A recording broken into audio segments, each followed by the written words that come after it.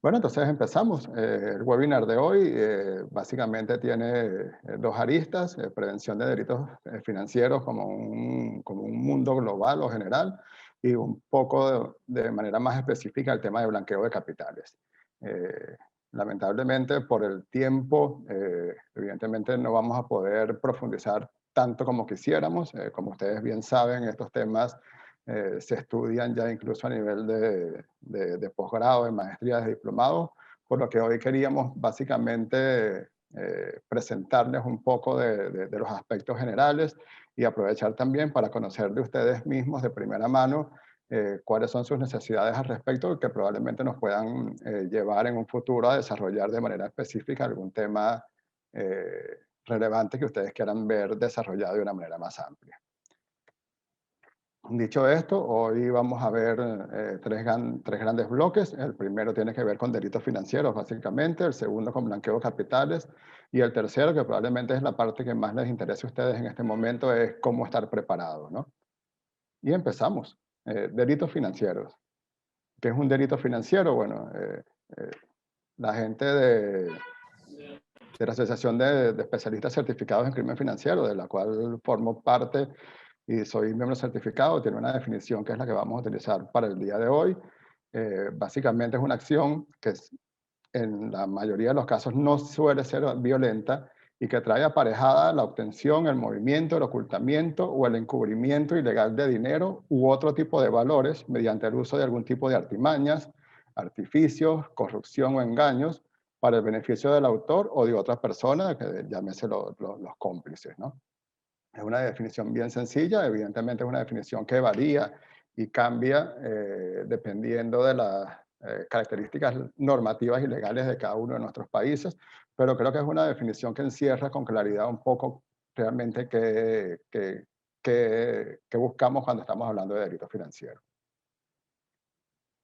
Los delitos financieros, antes de comentar un poco cuáles son los más comunes, tienen unas características que los hacen rastreables por ser comunes entre sí. Y de lo que más adelante vamos a hablar también cuando estemos hablando o pensando en cómo protegernos, comentaremos un poco el tema de convergencia para aprovechar precisamente el conocimiento de estas características en común. La primera característica en común es que la mayoría de los delitos financieros involucran el lavado de dinero. ¿Y eso porque la obtención de beneficios, de activos, de dinero, de una manera ilegal, normalmente tiene que ser ocultado o disfrazado de alguna manera, lo que es una característica clásica y típica de lo que es particularmente el lavado de dinero o el blanqueo de capitales. Evidentemente, otra característica común de los delitos financieros es que conllevan la evasión fiscal. Difícilmente alguien que ha cometido un delito del tipo financiero va a declarar al fisco de su país los montos ingresados por el delito. Eh, Evidentemente, el mismo tema de la evasión fiscal se convierte en un delito financiero per se, eh, y en este caso, como lo estamos comentando, vemos que también se convierte en el resultado de otros delitos. La tercera característica en común es que normalmente necesitan una institución financiera, esto sobre todo para los procesos de colocación e integración o estratificación en los distintos países. Eh, Cuando hablamos de instituciones financieras, pensamos no solamente en bancos, hay para los temas de delitos financieros, contemplamos una amplia gama de instituciones financieras. Aquí vemos incluso desde vemos casas de cambio, vemos también todo lo que tiene que ver con los que manejan todo lo que es el tema de remesas, las cooperativas, las financieras propiamente dichas, además de los bancos, ¿no? Y evidentemente en esta característica común lo que tratan los delincuentes es de explotar las vulnerabilidades que estas instituciones financieras puedan tener en la gestión o en el proceso completo de sus sistemas de prevención de delitos financieros o de blanqueo de capitales per se, ¿no? Y además también intentan aprovechar y obtener la variada información privilegiada que reposa y que es de conocimiento de estas instituciones financieras.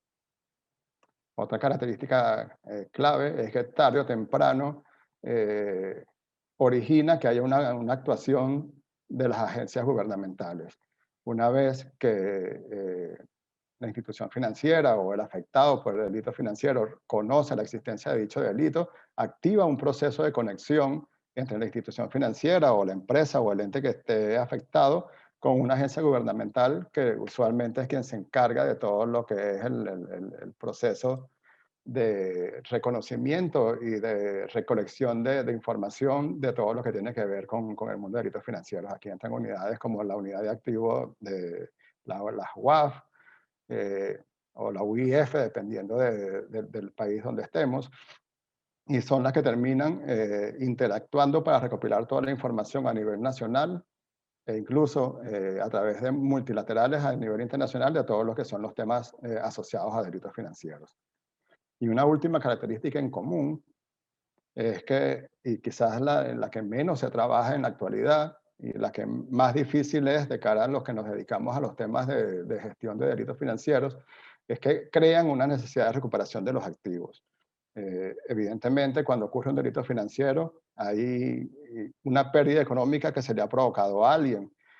Puede ser a la entidad financiera, puede ser a un particular, pueden ser las empresas, pero al final hay una afectación global en el marco de la economía que debería ser solventada a través de procesos de recuperación de activos debidamente normados en el marco legal de los países y debidamente entendido por aquellos que ejecutan todos los procesos de investigación de forense acerca de la ejecución de estos delitos financieros. Esto implica también que se originen dentro de los países fiscalías y entidades jurídicas asociadas a los tribunales de justicia especializados en la rama para poderle dar una atención específica y atenta a este tipo de delitos financieros.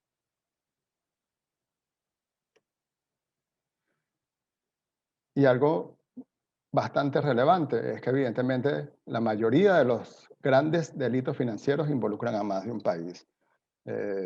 Y mucho más ahorita en estos momentos donde existe una gran interconexión entre las distintas instituciones, donde muchos de los bancos e instituciones financieras de primer orden son realmente multinacionales que tienen agencias y sucursales en múltiples países. Entonces, evidentemente los delincuentes que observan estas características y ven que ahí tienen una mayor posibilidad de generar ventajas con respecto al delito que están cometiendo. Hay menos posibilidades de rastreo, hay fallas en las comunicaciones entre las distintas agencias nacionales, no hay un ordenamiento jurídico único o estándar para tratar algunos de estos temas de delitos, y además de que se aprovechan de la existencia por un lado, de paraísos de secreto bancario y de paraísos fiscales, donde pueden ocultar con mayor facilidad todo lo que es los recursos obtenidos de manera ilegal con los delitos financieros. Delitos financieros relevantes, probablemente los más conocidos, para ustedes no debe ser sorpresa, del que oímos más y más a menudo, porque están normados de manera específica en la mayoría de nuestros países, el blanqueo de capitales. En el caso, por ejemplo, de Panamá, tenemos leyes específicas generales para el país, como la Ley 23, hay acuerdos específicos también para el sistema bancario, para los corredores de bolsa. Entonces, bueno, es un asunto que normalmente se norma y se legisla con mayor profundidad que el resto de los delitos financieros, ¿no? Tenemos el financiamiento del terrorismo, el fraude, la falsificación, la evasión fiscal, y muy importante en nuestra latitud latinoamericana, el tema de la corrupción, ¿no? Tanto Gafi como OCDE, cuando están revisando todo el tema de delitos financieros, tienen la percepción reciente de que la corrupción es un tema que está propiciando y apalancando el crecimiento desmedido de la ocurrencia de dichos delitos en la mayoría de nuestras latitudes, y es un tema donde están intentando poner un foco o una revisión particular de los eventos que desencadenan todo el tema de corrupción. Otro tema que es importante cuando hablamos de los delitos financieros es, y ya lo hemos mencionado, tiene que ver con los temas de la globalización. En la actualidad tenemos cerca de 60 países donde hay secreto bancario, desde pequeñas islitas aquí en el Caribe, que probablemente ninguno de nosotros hayamos oído mencionar, como ya los archiconocidos Luxemburgo, Liechtenstein, la misma Suiza, ¿no?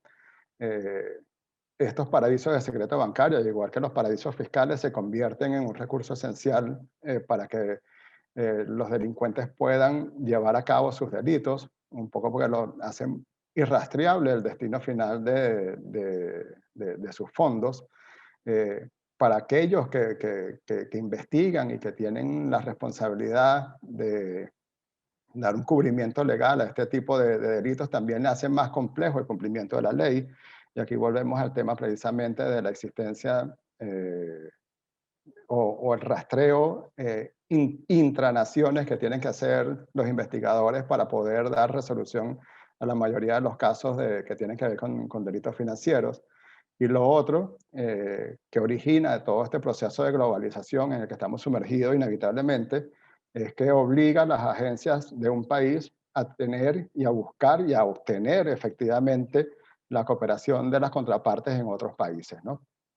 Y este es un tema precisamente donde probablemente hay todavía falta de sincronía, ya que cada quien se atiende en base a las características propias de su marco normativo y a las leyes que regulan los delitos financieros en cada uno de esos. Evidentemente, los delincuentes son lo suficientemente precavidos como para desplazar sus fondos obtenidos de manera ilegal, precisamente a aquellos países donde el tema legal y el tema normativo es más laxo o tiene menores consecuencias o menores posibilidades de ser exitosos en su búsqueda de captura que en otros países, ¿no? Otro tema que es relevante con respecto a los delitos financieros y cada día lo es más, lo hemos visto también acentuado en los últimos días por el tema de la pandemia, es lo que tiene que ver con delitos financieros y el aspecto tecnológico, ¿no? En este sentido, cuando vemos o nos ponemos a analizar un poco el efecto de la tecnología sobre los delitos financieros, lo que nos presentan los distintos estudios es que el uso de la tecnología ha estimulado el crecimiento de los delitos financieros y han convertido un problema que probablemente antes era subyacente a las grandes economías mundiales, lo han convertido en una amenaza mundial. O sea, ya no importa el tamaño de tu país o el tamaño de tu región, probablemente el simple hecho de que tenga acceso a la tecnología, a Internet, ya lo hace susceptible de que puedan ocurrir delitos financieros en su jurisdicción.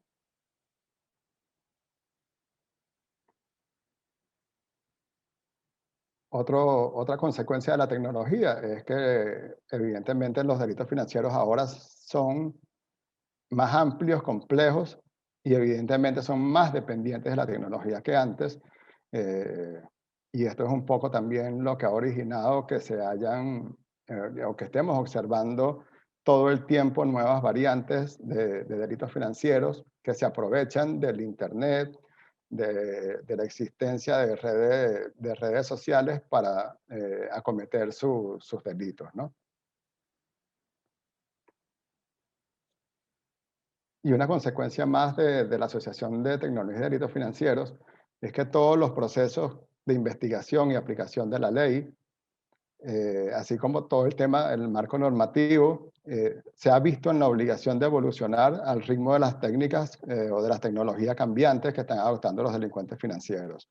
En la medida que los delincuentes modifican un malware, activamos un ransomware, o vemos que estamos ante un ataque de negación nuevo, está obligando a no solamente a aquellos que trabajan en los aspectos de ciberseguridad, sino también a aquellas empresas que tienen una mayor cantidad de información comprometida en la red, a mantenerse actualizados y adoptar también ellos de manera acelerada toda una serie de alternativas y cambios tecnológicos que puedan mantenerlos protegidos de estas amenazas a lo largo del tiempo. Entonces, bueno, es una carrera, una competencia en donde se trata todo el tiempo de adelantar al rival y de mantenerse lo suficientemente cubierto de una manera tecnológica para evitar la existencia de delitos financieros, sobre todo de manera masiva, ¿no? Por eso vemos que muchas veces, sobre todo los bancos y las instituciones financieras de gran tamaño, viven prestándole atención específica a este tema, viven de alguna manera capacitando también de manera constante a sus clientes acerca de aquellas cosas que no deben hacer, advirtiéndole acerca de la existencia de canales fraudulentos o de actividades fraudulentas de moda, para tratar de también generar conciencia en esa masa crítica de sus clientes acerca de las nuevas modalidades que los delincuentes pueden estar ejecutando en el momento. ¿Qué hemos visto en el último año, año y medio con respecto al COVID-19? Lo primero es que, como siempre, los delincuentes han sido capaces de aprovechar todos los traumas y ansiedades que hemos estado experimentando debido al encierro y al mismo proceso de la enfermedad y del COVID, generando eh, delitos que en la práctica son poco complejos, no son tampoco novedosos, que tienen que ver básicamente con captura de información referente a datos bancarios, también aprovechándose de la buena fe, tratando de alcanzar medios fraudulentos para ayudar a otras personas que supuestamente tienen la enfermedad, o vendiendo vacunas o remedios o curas que realmente no son efectivas a través de métodos fraudulentos en la red, igual capturando datos. Bueno, están un poco aprovechándose, como les comentaba, de todo lo que es la ansiedad que ha generado todo este proceso para tratar de impactar económicamente también a las personas.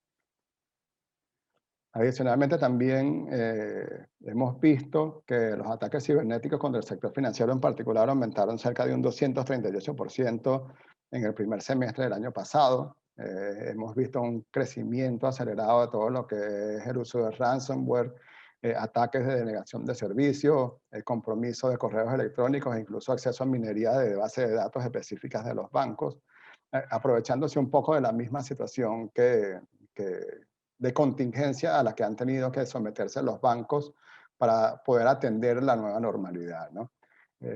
Hoy casualmente el presidente de la FED decía que en su consideración, en el caso de los bancos de Estados Unidos, el mayor de los riesgos que se asomaba a consecuencia de la crisis pre y post-COVID-19 tenía que ver básicamente con los temas de ciberseguridad, más allá de los mismos riesgos de crédito y riesgo de liquidez. Y esto ya hace que veamos que el tema de los delitos financieros asociados al cybercrime es un tema súper relevante y súper importante de tener en el roadmap en el caso de las instituciones financieras para los próximos meses.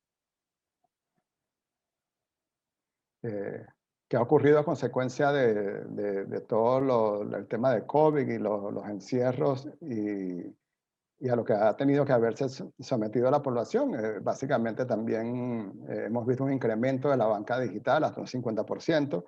Evidentemente, al entrar nuevas personas al uso de esta herramienta digital que ponen los bancos a disposición de sus clientes, existen también más clientes novatos, por llamarlo de alguna manera, que pueden ser más susceptibles de todo lo que son los procesos de robo de identidad, el robo de contraseñas y de caer en aquellos delitos fraudulentos de suplantación de identidad y de robo de identidad que pueden originarles tanto a ellos como a los bancos algún tipo de pérdida a través de estos métodos, ¿no? Y esto, un poco la situación crítica de la situación se origina básicamente por lo que les comentaba.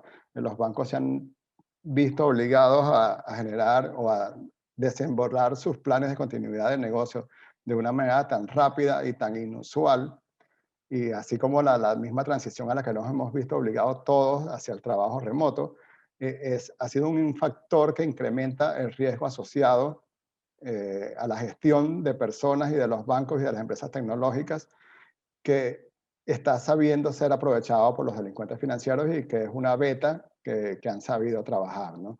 En este sentido, como les comentaba, estos temas que tienen que ver con cybercrime y delitos financieros asociados a tecnología se han convertido en una especie de competencia por, por ver quién genera mejor todos sus ciclos de cobertura, si es capaz de poder cerrar todas las puertas que los delincuentes intentan abrir en el mundo tecnológico.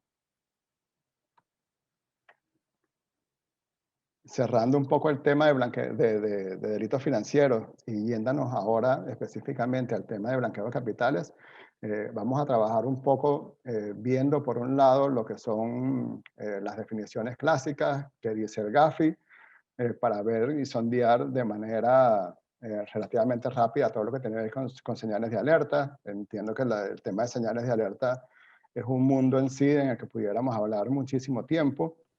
Pero bueno, como comentábamos en un principio, ahorita el webinar está orientado un poco para que conozcamos las distintas aristas de estos temas. E incluso los invito a que después nos hagan llegar en sus comentarios en qué punto o qué punto en específico ustedes quisieran ver desarrollado de una manera más específica en un webinar posterior. Dicho esto, ¿qué es blanqueo de capitales? Lo veíamos al principio cuando veíamos las características en común de los delitos financieros.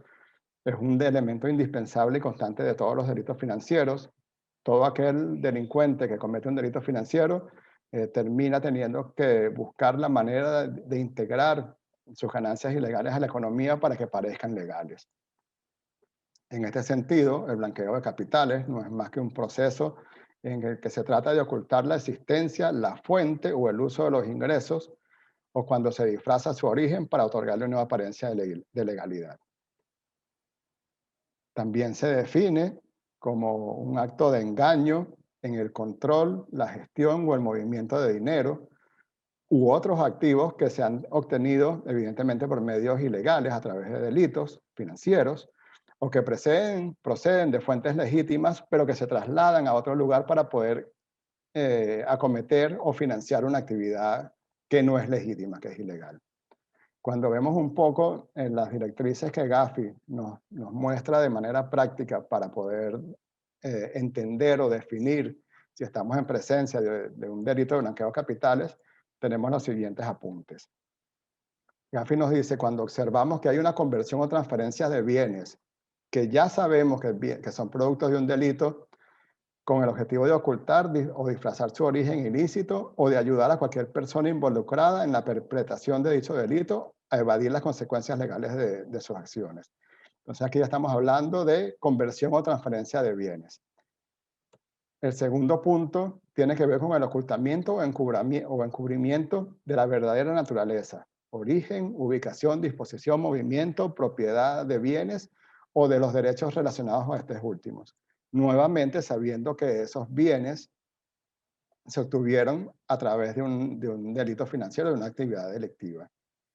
Y por último, habiendo ya cubierto el tema de conversión, transferencia, ocultamiento, encubrimiento, tiene que ver cuando adquirimos o poseemos o usamos un bien a sabienda de que ese bien en sí proviene de una actividad delictiva o de una participación en un delito. Bueno, el GAFI, dentro de su ciclo de recomendaciones y de las distintas recomendaciones que hace, da estos tres esquemas básicos para tratar de encasillar o de encauzar un delito como blanqueo de capitales.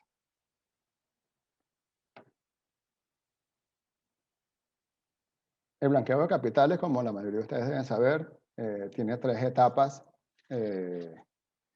que son colocación, estratificación e integración. Cuando vemos a la colocación, básicamente se refiere a todo lo que es el proceso de ingreso inicial de estos fondos obtenidos ilícitamente en el sistema financiero.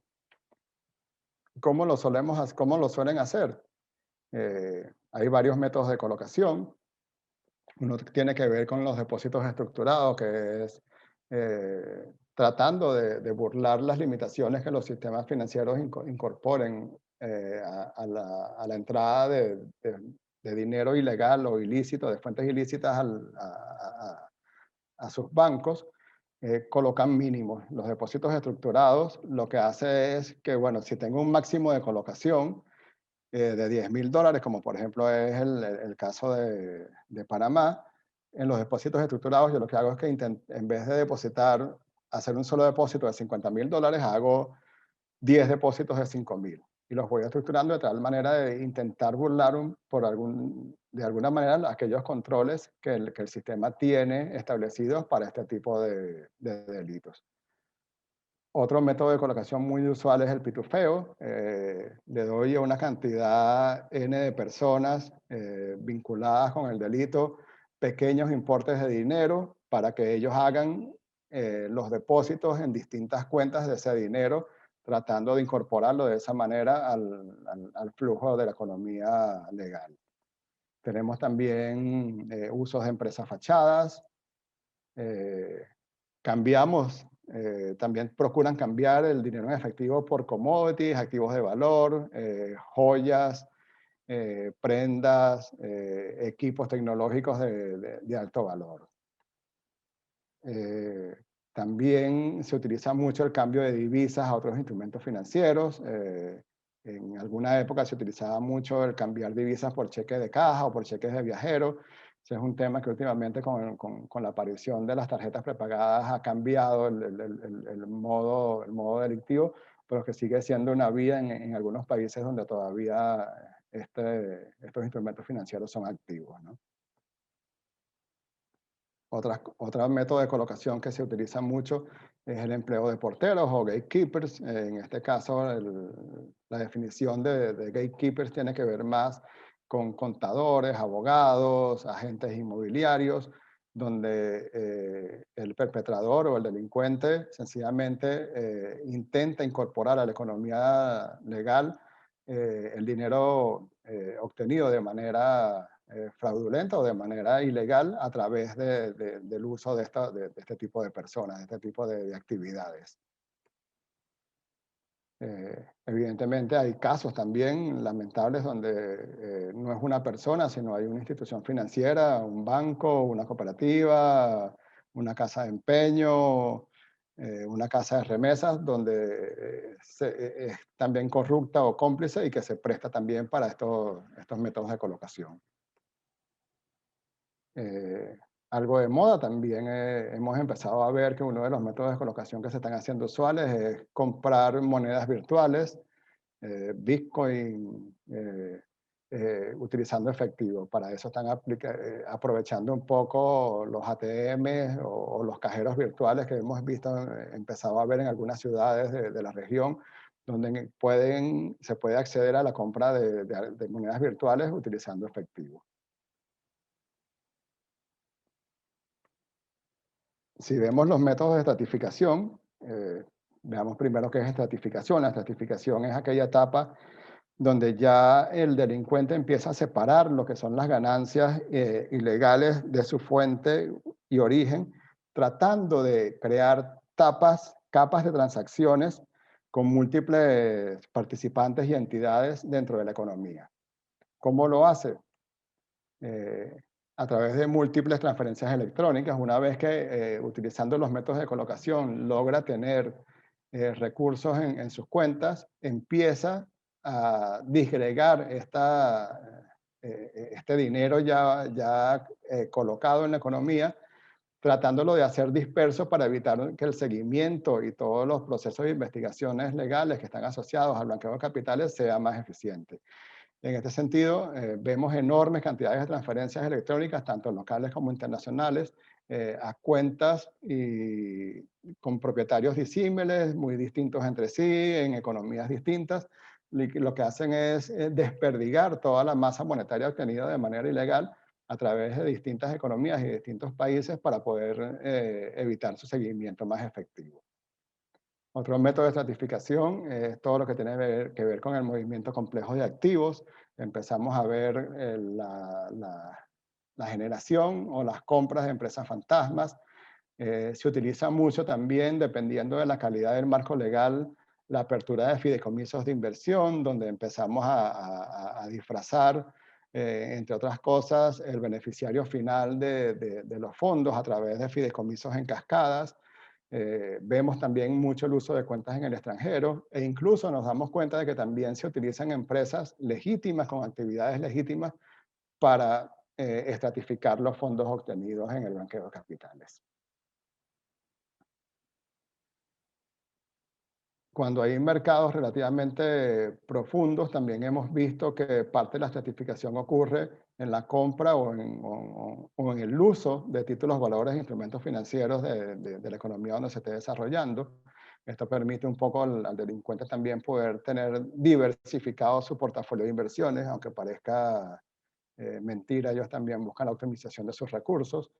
eh, y lo que hacen es, sobre todo, colocarse en papeles a corto plazo que puedan ir comprando y vendiendo en periodos cortos de tiempo, lo que hace evidentemente mucho más difícil todo el proceso de localización de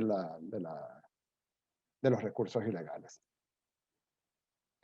Como vimos también en el proceso de colocación, en la estratificación también utilizan commodities.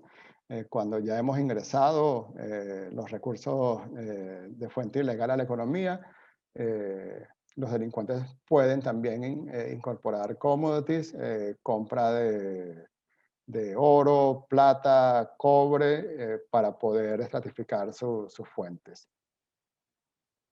Otra cosa que hacen muy a menudo es que una vez que han podido generar alguna de estas transacciones o movimientos complejos de estratificación, terminan generando también procesos de transferencia de titularidad de esos activos que han utilizado para poder estratificar las fuentes ilegales, ¿no? Entonces, lo que originalmente había sido incorporado en la economía bajo la titularidad del señor A, termina 3 o 4 pasos después, o 3 cambios de titularidades a nombre del delincuente C. Y lo que hace evidentemente mucho más difícil de rastrear todo el proceso. Y un poco lo que hacen con las empresas legítimas es que también intentan generar una mezcla de las ganancias ilegales que han incorporado a la economía con ganancias legales de las empresas legítimas. Para esto, dependiendo del tamaño, utilizan desde pequeños bares y restaurantes hasta complejos hoteleros, casinos, para empezar a diluir precisamente dentro de la economía todo el beneficio que han obtenido de manera ilegal con el proceso de blanqueo de capitales. Y la tercera etapa, la que sería la etapa de éxito para estos delincuentes, es la que tiene que ver con la integración. En la integración es donde ya el delincuente ha logrado colocar las ganancias lavadas, porque ya se pueden considerar como lavadas, dentro de la economía legítima para que parezcan que tienen un origen legal. ¿Cómo lo hacen? La más usual es transacciones de bienes raíces. Aquí vemos que con los fondos que ya has podido colocar y estratificar, de alguna manera terminas comprando bienes inmuebles que después puedes volver a vender y ya obtener en definitiva dinero que aparenta tener un origen legítimo. Lo mismo ocurre cuando utilizas empresas de importación o exportación, donde generas procesos de compra-venta que pueden tener facturaciones falsas o sobredimensionadas, donde originas procesos de ganancias y pérdidas que empiezan también a generar ya fondos que tienen aspecto de ser legítimos. Adicionalmente, también ya puedes empezar a generar compra o inversiones en empresas legítimas con los fondos que ya tienes debidamente estratificados. Puedes empezar a comprar acciones o papeles o bonos a largo plazo de aquellas empresas que tienen actividades legítimas claramente reconocidas dentro de la economía. Eh, Puedes también incurrir en el tema de inversiones en títulos valores, que es un poco lo que venía comentándoles anteriormente. Pueden existir en los casos de economías donde haya altos niveles de corrupción, acuerdos comerciales entre entidades controladas por los delincuentes financieros, y empiezas a ver metodologías como préstamos sin intereses, operaciones contables que conlleven pagos de deudas inexistentes entre empresas y esquemas de facturación falsa. Bueno, a través de todos estos métodos de integración, los delincuentes ya le dan visos de legalidad a todos los fondos que han podido colocar y estratificar en la economía donde estén trabajando. mucha de la legislación que se ha trabajado hasta los momentos ha trabajado profundamente todos los temas que tienen que ver con las señales de alerta que le sirven a las instituciones financieras y a las empresas obligadas para poder detectar de manera preventiva o detectiva, dependiendo de las características de la señal, eh, algún evento que puedas asociar al delito de blanqueo de capitales. En este sentido, la mayoría de los marcos legales tienen una gran batería de señales de alerta. Aquí en el caso de Panamá vemos que incluso para el sistema financiero hay acuerdos específicos que refieren las señales de alertas a seguir. Muchas de las herramientas que se utilizan también para el tema de monitoreo tienen incorporado todo el tema de señales de alerta, pero sí les recomiendo que vayamos a un documento de la OCDE que tiene que ver con el tema de lavado de activos y financiamiento del terrorismo, enfocado para inspectores y auditores fiscales, que da una batería de señales de alerta bien interesante.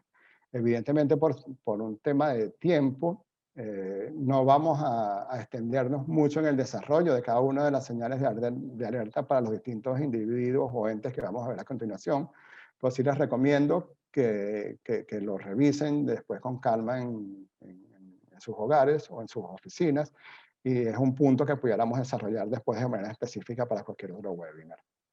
Dicho esto, la OCDE recomienda o sugiere que para las personas físicas algunas señales de alerta relevantes, cada una de estas señales de alerta, de hecho, después ellas las abren en señales detalladas para cada uno de estos tipos, por lo que, como les comentaba, es importante que puedan revisar la metodología que se ve en el documento, ¿no?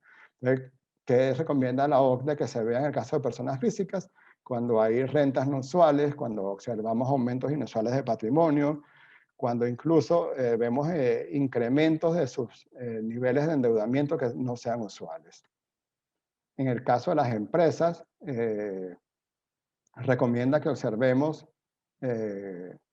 las operaciones o los intervinientes inusuales, cuando vemos operaciones dedicadas a actividades que no son las características de la empresa, cuando vemos flujos de dineros inusuales que no pueden ser sustentados en base a la actividad propia de la empresa, o cuando también observamos a nivel de análisis facturaciones o ventas inusuales.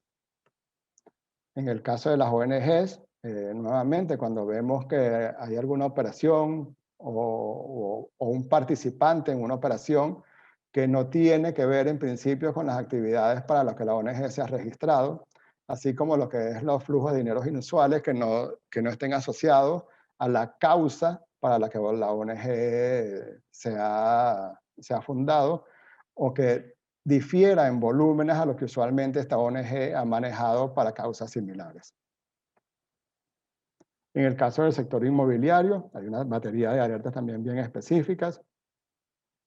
Nuevamente, cuando el comprador o el vendedor no es el comprador o vendedor típico, cuando vemos que también hay intermediarios que no suelen ser los usuales en este tipo de operaciones, cuando el propietario no es quien al parecer del analista debería tener el bien inmueble que se está vendiendo, porque no tiene el perfil para sustentar un inmueble de la cuantía de la que se está procediendo a operar. Hay que validar esos temas, ¿no? Nuevamente el tema de operaciones inusuales, por el tema de tamaño, por las características de la financiación, o por quien ocupe o vaya a ser el usuario. O sea, cuando vemos que el perfil de quien va a ocupar el inmueble o de que la está comprando no tienen las características de quien normalmente puede acceder a ese bien en específico. Y cuando tengamos también declaraciones inusuales para poder acceder a la compra o venta de ese bien inmueble. Otras señales de alerta, algunas tienen que ver con el manejo de efectivo, cuando no tengamos una explicación adecuada a lo que es el origen de los fondos, cuando no tengamos explicaciones que nos convenzan también acerca del porqué del manejo del efectivo, nuevamente de su mismo origen, cuando quien carga el efectivo no nos parece que sea la persona indicada para generar el proceso en sí, Cuando veamos también que todo el manejo o el transporte del efectivo es inusual, cuando ese efectivo se destine a gastos o compras inusuales, o cuando procedan de flujos de cajas inusuales o que no se asocien con claridad al monto que nos están presentando. En el tema de las criptomonedas, cuando veamos por volúmenes o cantidad o por frecuencias operaciones inusuales, o cuando veamos también comportamientos inusuales en los clientes a través del uso de compraventa de las criptomonedas. En el caso del comercio internacional, nuevamente hay que tener mucho cuidado con aquellas alertas que se levantan acerca del origen o del destino de los bienes, quiénes están comprando y vendiendo, qué manera o cuál es la vía de transporte que están utilizando para todo lo que es el manejo de los bienes. Cuando en los procesos de facturación observemos también una descripción que no es la usual de los bienes que se están mercadeando, los precios no son los del mercado, o los vías en que se está financiando la compraventa o el pago de esos bienes no son los usuales en el mercado. Y hay un bloque incluso que tiene que ver con el mundo de los préstamos, donde la OCDE sugiere que se le preste atención a lo que es los flujos de fondos con los que se van a pagar, donde observamos que no hay un origen que esté alineado con las actividades de la empresa. También hay que validar cuando el prestamista o el garante no tengan nada que ver con la actividad de quien está solicitando el préstamo o con la actividad a la que se supone que se va a dedicar los fondos que se desembolsen una vez que el préstamo sea desembolsado. Cuando nos piden préstamos para cosas inusuales, también evidentemente es un tema que hay que darle seguimiento. La persona que recibe el fondo, los fondos también es una persona que bajo condiciones normales no sería un prestatario ideal, también hay que validarlo. Cuando estemos adquiriendo bienes y quien los vaya a usar tampoco sea quien los vaya a explotar o quien, a nuestro entender, desde el punto de vista analista, sea quien los vaya a poder maximizar en su beneficio, también hay que darle un vistazo y evidentemente también a todo el tema de declaraciones inusuales.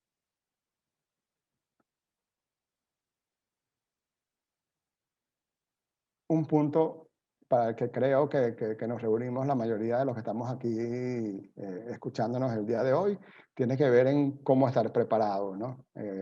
Hay muchas obligaciones normativas, las leyes nos obligan al establecimiento de sistemas de prevención y eso es un poco lo que vamos a conversar a partir de este momento.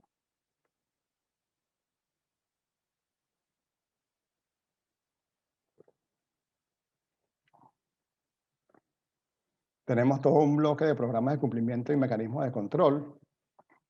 Y como bien saben, los programas de cumplimiento lo que buscan es garantizar que podamos cumplir a nivel de las organizaciones con los distintos requerimientos legales, regulatorios y los requisitos gubernamentales que se aplican en los campos de delitos financieros y blanqueo de capitales. Los reguladores, llámense superintendencia, ministerios, Contraloría, tribunales, básicamente tienen ahorita una nueva tendencia que va por examinar también la calidad de los departamentos de cumplimiento, esto en búsqueda de poder asegurar de que quienes lo conforman tengan los sistemas y procesos adecuados para proteger a la organización contra los delitos financieros a los que puedan estar sujetos, ¿no? Un punto importante, cada organización en base a su tamaño, su estructura y el perfil de riesgo que tenga asumido a nivel de la junta directiva, conforman la base de los programas de cumplimiento y de los mecanismos de control interno. Estos mecanismos de control interno evidentemente pueden tener controles, tanto controles preventivos como controles de detección. Y un punto que se ha hecho relevante en los últimos años es que ya no basta con tener estos programas de cumplimiento y con tener todo un sistema asociado a mecanismos de control, sino que también debo tener la capacidad de contar con procesos de evaluación de estos programas que incluya la revisión de la efectividad de los controles, ¿no? estos procesos de evaluación se hacen de manera interna y también se busca que haya elementos independientes de organización que puedan ser capaces de evaluar, valga la redundancia, de manera independiente la calidad de estos programas. Y un tema que es relevante para aquellas organizaciones que lidian no solamente con blanqueo de capitales, sino con el resto de los delitos financieros. Hay un tema de convergencia que no hemos todavía sabido explotar a nivel de las organizaciones. Como vimos al principio de la presentación, hay una serie de características en común de los delitos financieros, y esa serie de características en común es lo que nos aconseja que podamos adoptar un enfoque integral y coordinado, que es muy diferente al enfoque especializado que vemos hoy en día. Hoy en día vemos que en el caso particular de los bancos tenemos unidades de fraudes que son independientes de la unidad de cumplimiento, que son independientes de la unidad de riesgo, y que desaprovechan de alguna manera los esfuerzos y el know-how que tienen estas distintas unidades. Esto es un poco lo que dice la lámina. En la actualidad los esfuerzos siguen un enfoque de carácter independiente, y lo que se busca es un enfoque holístico o convergente que pueda permitir acabar con la infraautorización de las distintas disciplinas y posibilitar que las unidades internas presenten mejores índices de eficiencia, economía y rendimiento. Yo aprovecho el conocimiento de todas las áreas que tienen que ver con el mundo de delitos financieros y genero procesos mucho más eficientes, económicos y rendidores para todo lo que es la organización. Hay algunas tendencias nuevas, como todo en la vida y con la velocidad en que el mundo está cambiando, todo el tema de sistemas de prevención y controles también está tendiendo al cambio, y vemos un poco por dónde están apuntando los tiros en la actualidad, ¿no? Vemos que la debida diligencia se está expandiendo tanto horizontal como verticalmente. Esto que implica que ya hay procesos que permiten monitorear no solamente a nuestros clientes, sino todo lo que son nuestro núcleo de stakeholders, como son los empleados, proveedores, contratistas, fintech y todos los socios de la gran distribución. ¿Cómo se está buscando o cómo se ve en el futuro que se puede hacer eso usando soluciones de identificación y verificación digitales, por ejemplo, que nos permitan un acceso al proceso de vida y diligencia mucho más rápido de lo que hoy en día se hace? Otra tendencia emergente tiene que ver con la debida diligencia dinámica del cliente para la gestión del riesgo en tiempo real. Muchos de ustedes manejan esquemas de actualizaciones donde vemos que los clientes, si son de riesgo alto, los actualizo cada 6 meses o cada año. Si son de riesgo medio, los actualizo cada año, cada 18 meses. Y si son de riesgo bajo, los actualizo cada 3 años. Lo que se ve ahorita es que tenemos que tender a llegar a realizar revisiones casi en tiempo real, y para eso podemos aprovechar todas las herramientas que los procesos de inteligencia artificial le están poniendo a nuestra disposición. Otra tendencia emergente tiene que ver con todo lo que son los procesos de investigación aprovechados o apalancados en inteligencia artificial, que busca aprovechar la tecnología avanzada para generar información de alertas en tiempo real, ¿no? Y esto se ve que se puede aprovechar integrando todo lo que son las estructuras de datos externos con los internos para generar información significativa de manera online y aumentar las alertas, y no solamente las alertas, sino la calidad de las alertas. Una última tendencia tiene que ver estamos empezando a ver una mayor colaboración entre las instituciones financieras en estos procesos de lucha contra los delitos financieros.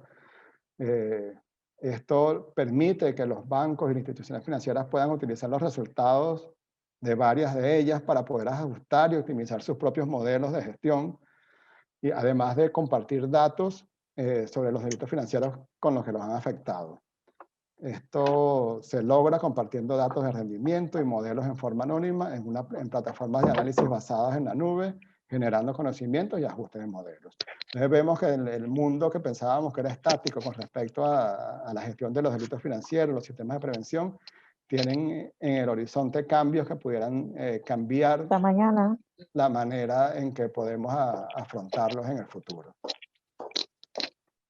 Dicho esto, y ya yéndonos al final de la presentación, a la última parte, desde Desde Hansen Tang y Visualization Group tenemos una serie de opciones que ofrecerles también a ustedes como socios estratégicos.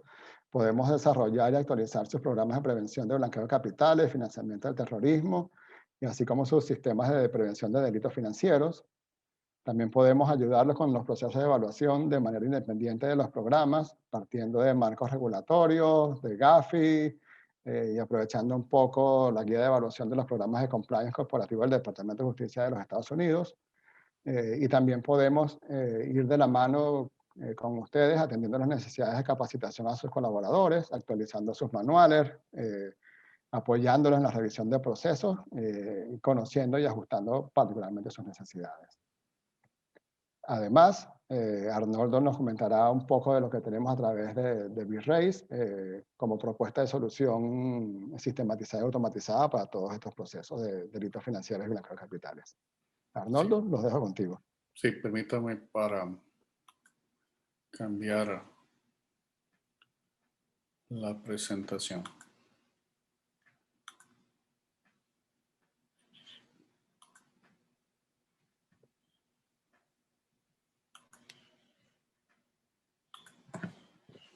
Ok, solo me confirmas básicamente que se escuche y que, ¿Sí? que se vea. Bien, perfecto. Gracias, José Manuel. Bueno, mi intención aquí básicamente robarles unos minutos para comentarles que además de todo el conocimiento y la parte procedimental, legal, que nos aporta Hansen Tang a un proceso de solución, pues también la parte que nosotros aportamos es un poco de tecnología y algo más, ¿verdad? Entonces, les cuento lo que nosotros tenemos, que es sobre lo que les puedo contar, ¿verdad? Básicamente, es parte del tema de blanqueo de capitales, financiamiento del terrorismo, lavado de activos, es parte de una suite que se llama V-Race. Nos ha dado de alguna forma una ventaja competitiva el hecho de que todos los riesgos de alguna forma se vean integrados, porque tenemos una base de conocimiento completamente automatizada y que se reutiliza ese conocimiento a través de los diferentes riesgos, ¿verdad? Y nos permite integrar la información ya sea de una organización o de varias organizaciones en uno solo. Además de sumarle algunos aspectos como los que ya don José Manuel comentaba, un poco de inteligencia artificial, un poco de lenguaje natural, bots, o sea, una interfaz muy dinámica y completamente móvil también a las soluciones como tal, ¿verdad? Y parte del éxito de todo este tipo de cosas también es la capacidad que se tiene para manejar ambientes complejos, ¿verdad? Tenemos la misma solución, la misma suite puede trabajar en un negocio pequeño, inclusive una PNFD si fuese el caso, pero en un negocio pequeño, también como un negocio grande e inclusive en negocios de grupos o corporaciones, ¿verdad? De tal forma que componentes como el que ahorita les muestro nos permite hacer la magia que en este momento se necesite, que José Manuel previamente comentaba, ¿verdad? Por ejemplo, nosotros usamos mucho la tecnología Click. Esta tecnología en específico, que es integración, es fantástica, es de lo mejor. No lo digo solo yo, sino que le dicen los expertos a nivel mundial, ¿verdad? Para poder llevar este tipo de integraciones y este tipo de requerimientos, ¿verdad? Por ejemplo, esta tecnología nos permite traer información de donde sea, ya sean datos estructurados o no estructurados, y nos permite hacer replicación. Eso lo que significa es que puede ser bidireccional inclusive, ¿verdad? Puede ser que yo esté tomando de un lugar, esté procesando información a través de los modelos de inteligencia artificial, por ejemplo, que podemos implementar y devolver esa información al aplicativo, al transaccional, ¿verdad? De tal forma que la información siempre va a estar a la mano de quien la necesita para tomar una decisión o de quien la necesita para definir una alerta o en su defecto para disparar una alerta casi que en tiempo real, ¿verdad? Y el concepto es bien interesante, ¿verdad? Porque de esa misma fuente yo puedo generar otras fuentes para que se hagan análisis con mucho más profundidad, análisis o aplicar herramientas de analítica avanzada, ¿verdad? Y aunque sea una herramienta de un proveedor específico que es Click, igual esta herramienta es agnóstica en el tema de datos, ¿verdad? Puede generar información para cualquiera de las aplicaciones que ustedes puedan tener que ya por defecto, digamos, utilizan, ¿verdad? Llámese, no sé, visualizadores como Tableau, como Power BI, el mismo Click, otras bases de datos, etcétera, ¿verdad? Es totalmente agnóstica y entonces nos da una capacidad impresionante de trabajo, ¿verdad? Inclusive para estas iniciativas entre entidades financieras, herramientas como estas, desde el punto de vista tecnológico, se convierten en una excelente herramienta. Y lo más interesante es que al final no hay forma de disparar una sola línea de código, ¿verdad? La herramienta básicamente te lleva y genera todo el código necesario. Entonces, hay mucha ventaja en este tipo de herramientas como tal, ¿verdad? Hablando de Bitrace y específicamente del producto de lavado de dinero, es un producto que lo consideramos bastante completo. Evidentemente siempre hay oportunidades de mejora, ¿verdad? Pero es un producto que tiene, digamos, lo tradicional en los temas de lavado de dinero. Adicionalmente, todo lo que tiene un simulador para que se puedan validar el efecto de las reglas y mejorar las reglas. Tiene análisis de perfiles para ir mejorando también todos esos perfiles que se definen quizás en forma empírica al principio con un cliente nuevo y va sugiriendo cuáles son los mejores perfiles que podría ese cliente tener para mejorar los falsos positivos, por ejemplo, ¿verdad? Para evitar una sobrecarga de alertas que no son alertas. ¿Verdad? Ese tipo de cosas. Es muy visual, es muy gráfico y adicionalmente esos dos elementos que están ahí en rojo, que es monitoreo y alertas, se definen de forma específica, ¿verdad? Hay una cantidad, un portafolio de alertas y de opciones de monitoreo definidas, pero se implementan de forma específica para cada uno de los clientes, ¿verdad? Es importante entender y hacerles saber a nosotros, ¿verdad? Lo que nosotros esperamos que una solución de este tipo de cosas tenga y tiene que ir desarrollando hacia futuro, ¿verdad? Cosas como la autogestión de las reglas, por ejemplo, todo lo que es reglas tiene que ir basado en dos aspectos. Uno, en la capacidad de simulación y en la capacidad de autogestión, ¿verdad? O autoservicio de las reglas. Eso significa una madurez importante en la configuración del producto, ¿verdad? De igual forma, en las alertas, ¿verdad? No todas las reglas son alertas, las alertas se pueden esquematizar o estratificar, ¿verdad? Y lo último que viene incorporando es la capacidad de generar alertas a través del lenguaje natural, ¿verdad? Simplemente le escribo, simplemente le dicto, ¿verdad? O le converso, ya sea a través de un Crunchbot o a través de un chatbot, o a través del lenguaje natural, simplemente digitando y preguntando sobre situaciones específicas, ¿verdad? Eso significa también que detrás de eso hay incorporación de inteligencia artificial, ¿verdad? Que es capaz de no solo detectar situaciones anómalas, sino también entender los requerimientos de un usuario. ¿Verdad? Adicionalmente, todo esto unido con todo los resultados de analítica avanzada, patrones, tendencias, anomalías, proyecciones, ¿verdad? Que es la capacidad de estudiar todo lo que sucede a través del sistema y de comportamientos que podrían estar fuera del sistema, ¿verdad? Y a eso llegamos, digamos, en la parte de lo que llamo lo invisible, ¿verdad?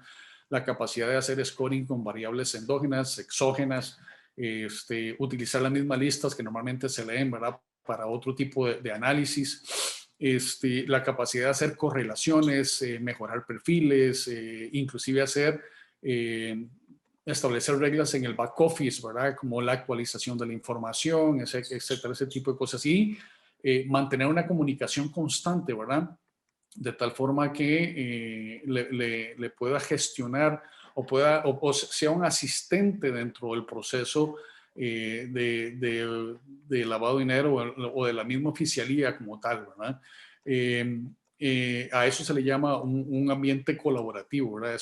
Tiene que establecer un ambiente colaborativo de comunicación y de alerta y de gestión con los diferentes roles y actores, ¿verdad?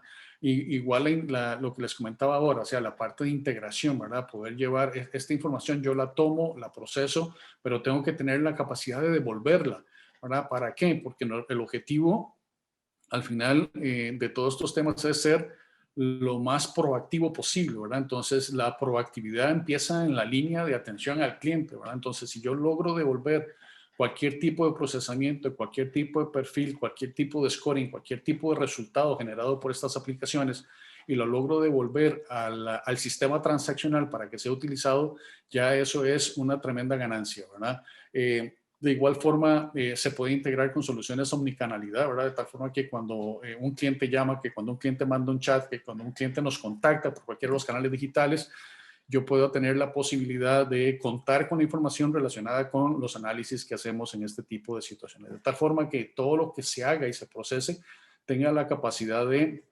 entrar como una consulta embebida, ¿verdad? Como algo inherente en cualquiera de los sistemas transaccionales o el front-end o el core bancario o del core de cualquiera de los sistemas, ¿verdad? Que podamos tener. Porque no solo estamos hablando de temas financieros, evidentemente es parte del foco, ¿verdad? Pero una solución de este tipo también tiene que tener las consideraciones con todos aquellos sujetos que no son financieros, ¿verdad? Pero que están de alguna forma obligados también a hacer este tipo de cosas, ¿verdad? Muy bien, pero no es solo la solución tecnológica, ¿verdad? Sino que también hay que ir un paso más allá, ¿verdad? Y lo que les quiero decir básicamente es el tema de alfabetización en los datos, ¿verdad? ¿Qué significa esto? Significa que si tienes una herramienta que te facilita el análisis, que te facilita el autoservicio, que te facilita el poder tomar los datos, analizarlos, trabajar con ellos y poder sacar resultados de eso, ¿verdad? Tienes que tener también la cultura entre la organización para hacer eso. Entonces, es lo que nosotros llamamos nuestra academia de alfabetización de datos, ¿verdad? Entonces, trabajamos también como propuesta de solución este tipo de cosas, ¿verdad? Hacemos procesos de gobernanza de datos.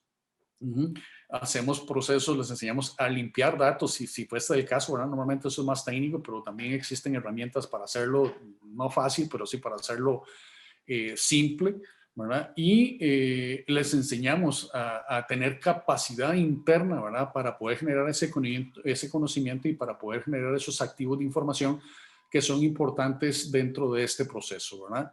Y si eso no es suficiente, entonces también estamos en capacidad, junto con Semanuel y su equipo y algunos otros colaboradores que están dentro de este proceso, ¿verdad? En generar no solo el tema legal, sino también el tema práctico, ¿verdad? Políticas, procedimientos relacionados con todo lo que tiene que ver con lavado de dinero, ¿verdad? Y adicionalmente con todos los elementos que están involucrados en el manejo de esa información, ¿verdad?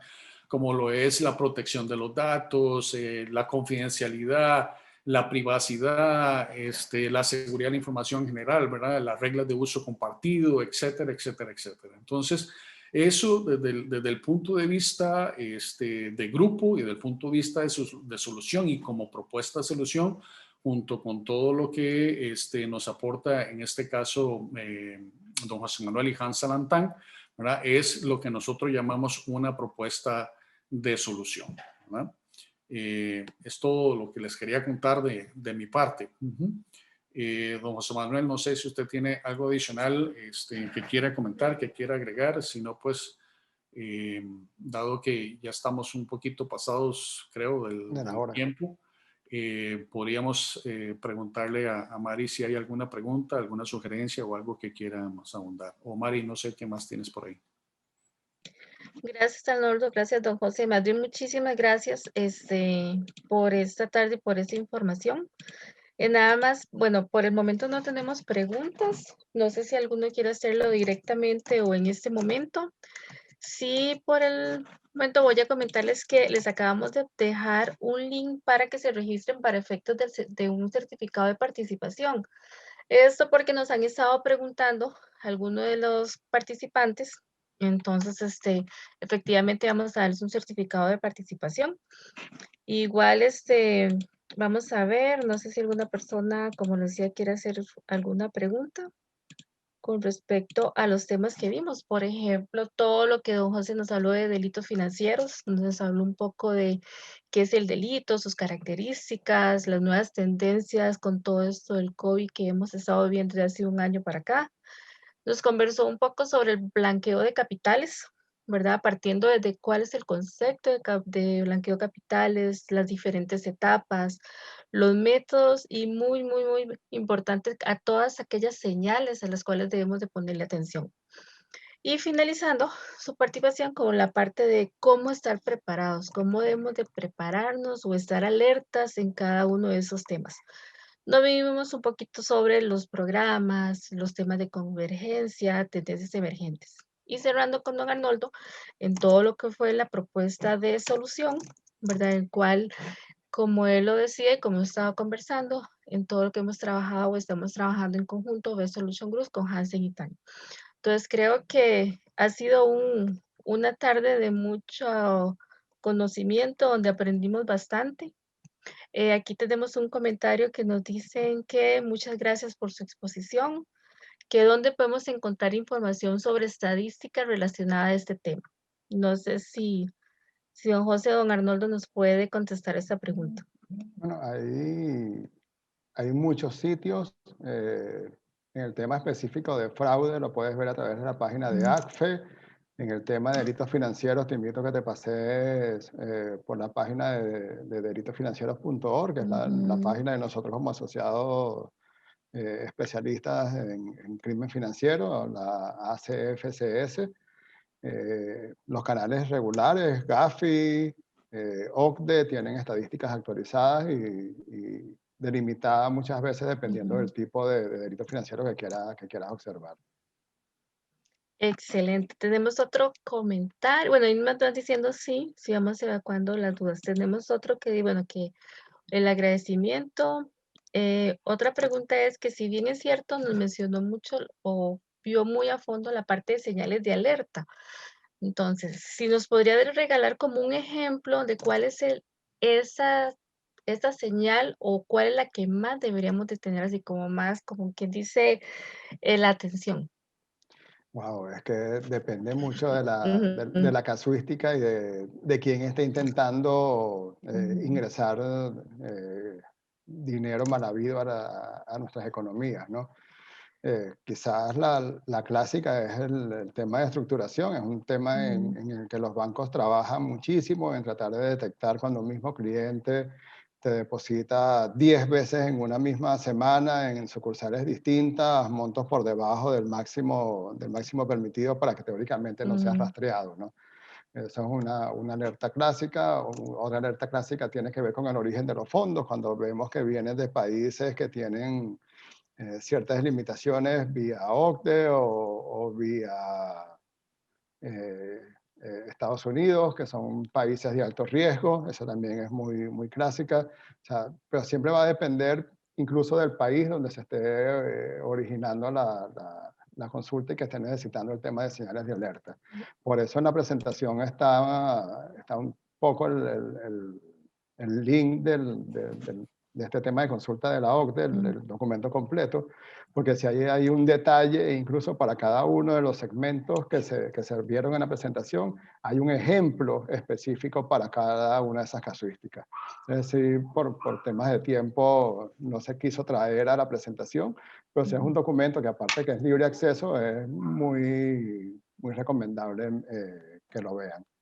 De hecho, si quieren, les dejo el link, si me permiten un segundito, Ujú. Mari, si quieres, quien hizo la consulta, tómate el dato para enviarle después específicamente el link, que no creo que lo deba tener a la mano ahorita, pero si no, de todas maneras, déjame chequear un segundo. Ok, perfecto. No sé si, porque de hecho, don José, con respecto a que usted nos mencionaba lo de los ejemplos, bueno, teníamos una pregunta que decía que si que podría regalarnos un ejemplo lo más inusual, digamos, puede ser en términos generales de alguna situación que se haya presentado. Y casualmente, don Felipe Duarte nos dice que él nos puede aportar un ejemplo. Dice que ya él tuvo la experiencia trabajando en una subasta ganadera y el manejo de efectivo en dólares es muy alto y no se puede rechazar el cliente que aporta estos dineros. Sí, pero entonces ahí lo inusual no es tanto la cantidad de efectivo, sino que estemos comprando por un padrote cebú, que estemos pagando, observando la venta de un padrote cebú por 3 veces su precio. Entonces ahí es donde está el aspecto inusual de la transacción. Eh, sí es cierto, y lo vemos en el caso, por ejemplo, aquí de los sectores ganaderos Ujú, de Panamá, todo lo que es Chiriquí, y es usual, evidentemente, primero porque por la lejanía de las zonas hay poca bancarización, pero donde vemos precisamente es que en el momento en que esa persona que ha recibido 3 o 4 veces el importe usual de lo que era el valor de su ganado, cuando vaya a justificarlo al banco, el banco es el que le va a decir, o al experto del sector agro del banco que recibe la transacción, le va a decir, pero ¿qué clase de ganado vendiste tú? ¿Estamos comprando ganado japonés aquí en Panamá o en Costa Rica? Entonces, evidentemente, probablemente quien recibe el dinero está muy contento, pero el problema lo va a tener al momento de justificarlo. Ah, ok, perfecto, muchísimas gracias. También tenemos otra pregunta que dice, ¿cómo podría ser la participación de una unidad de riesgos con respecto a las señales de alerta o a la gestión en sí del tema de legitimación? Pues bueno, en la mayoría de los países lo que hemos estado observando a nivel de regulación es que la unidad de riesgo se ve obligada a validar la calidad del sistema de gestión de blanqueo de capitales de la organización, lo que se llama el riesgo de blanqueo de capitales. Entonces, a la unidad de riesgo le toca velar porque el sistema esté adecuadamente estructurado, que cuente con los recursos adecuados y que los procesos se ejecuten, los procesos asociados al proceso de blanqueo de capitales, se ejecuten siguiendo la normativa y los manuales que tengan establecidos a tal fin. Entonces hay un proceso donde va de la mano probablemente de auditoría a validar que cada uno de los intervenientes en el proceso de blanqueo de capitales estén ejecutando los controles en su fase de proceso que le atañe de la manera en que está plasmado en su regulación interna, ¿no? Y certifica de alguna manera ante el regulador y ante el comité de riesgo y la auditoría que está funcionando en base a los parámetros y el perfil de riesgo que la organización ha definido previamente. Pero tiene un valor relevante porque también en base incluso al manejo de data y al conocimiento de clientes es capaz de generarle también know-how a las áreas de cumplimiento acerca de qué señales de alerta nuevas o modificadas o ajustadas tenga que incorporar a su roadmap de señales de alerta que tengan implantado en la organización, ¿no? Excelente. Tenemos a doña Evelyn que nos está recomendando una página. De hecho, nos dejó un link ahí sobre antilavadodedinero.com. Más bien agradecerle, digamos, el aporte que nos está dando. Tenemos por aquí donde nos dice qué excelente propuesta de solución, que muy buena, aquí, excelente propuesta de solución, muchísimas gracias, se ve bastante interesante, muy actualizado. Tenemos temas, dice, muy buena presentación, realmente actual, felicidades. Y vamos a ver, por el momento, más que felicitaciones para ambos, ¿verdad? Del tema, como les decía, vamos a ver, preguntas ya específicas ya no tenemos, ¿verdad? Entonces, no sé más bien si don Arnoldo o don José quieren hacer algún cierre. Igual recordarle a los que todavía nos acompañan, ¿verdad? De que aquí están los contactos nuestros por cualquier información adicional que se requiera. Igualmente por algo, digamos, alguna reunión específica, algo más específico para sus organizaciones que quieran ver directamente. Igual invitarlos a que completen el link, el enlace del formulario para el certificado de participación. Y muy importante que estén atentos a los próximos webinars y a los próximos temas que vamos a estar desarrollando para cada uno de ustedes. Entonces, don José, don Arnoldo. No, perfecto. Yo de verdad que lo que quería era agradecerles por la participación. Han sido pacientes con Arnoldo y conmigo y eso se les agradece un montón. Y bueno, y reiterarles que quedamos a su disposición y si quieren aportar algún tema que quisiéramos que desarrolláramos a futuro, estamos abiertos también a escucharlos. Muchas gracias por la tarde que nos han hecho pasar. Sí, igualmente agradecido, igual que don José. Comentarles que la presentación quedará en nuestro canal YouTube, luego les haremos llegar el link. Agradecerles que nos manden el formulario, así podemos guiar mejor los webinars y pronto estaremos haciendo algunos adicionales sobre la tecnología, ¿verdad? No solo de lavado de dinero, sino pues de esa integración, de esa cita integral para la gestión de riesgos. No más, buenas tardes, síganse cuidando y muchas gracias. Muy buenas tardes a todos, gracias por acompañarnos y como dice don Arnoldo, seguir cuidándonos y cuidándonos los nuestros. Muy buenas tardes. Así es, hasta luego.